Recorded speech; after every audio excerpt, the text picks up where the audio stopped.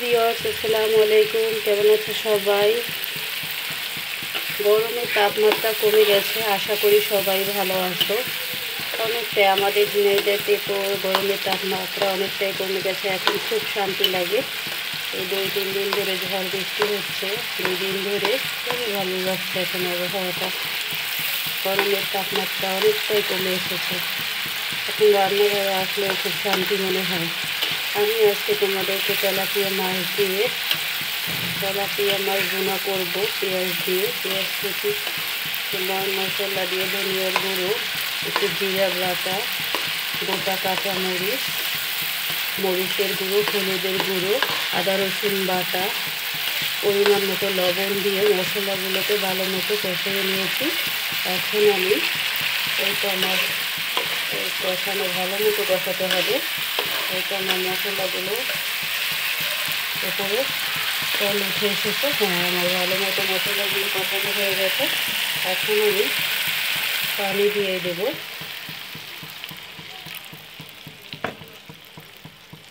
এই তো আমার ঝোল দিয়ে দিয়েছি।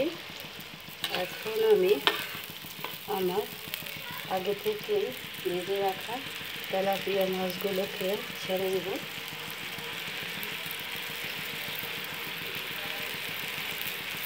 এই তো। হ্যালো ভিউয়ার্স, ইসলাম।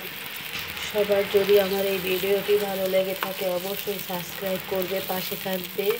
এইরকমই নতুন নতুন ভালো ভালো ভিডিও পেতে অবশ্যই আমাকে সাপোর্ট করবে। এই তো,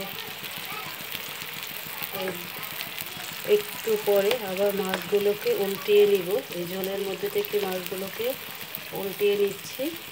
তাহলে এপাশ ওপাশ করে উল্টিয়ে নিলে হবে কি, মাছগুলোর মধ্যে মশলাটা সুন্দরভাবে ঢুকবে। অনেকেই ভুনা করে কিন্তু মশলাটা মাছের মধ্যে ভালো মতো ঢোকে না। তার কারণ হচ্ছে একটু পানির পরিমাণটা বেশি দিতে হবে। একটু পানির পরিমাণটা হালকা একটু বেশি দিলে আর মাছে পিট ও পিট করে উল্টিয়ে দিলে মাছ ভুনাটা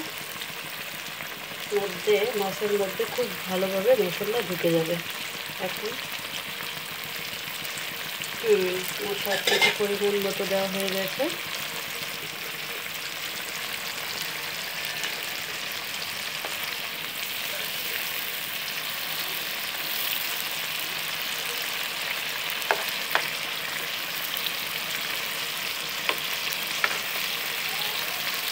এই তো আমার তেলাপিয়া মাছ ভুনা করা হয়ে যাচ্ছে।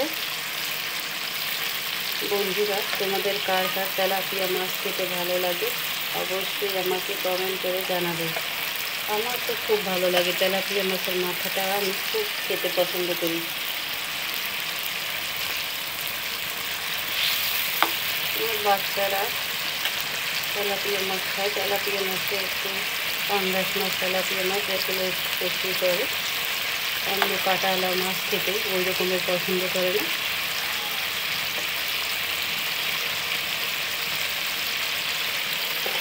আজকের মতো এখানেই বিদায় নিচ্ছি। থ্যাংক ইউ সবাইকে, ভালো থাকবে সবাই।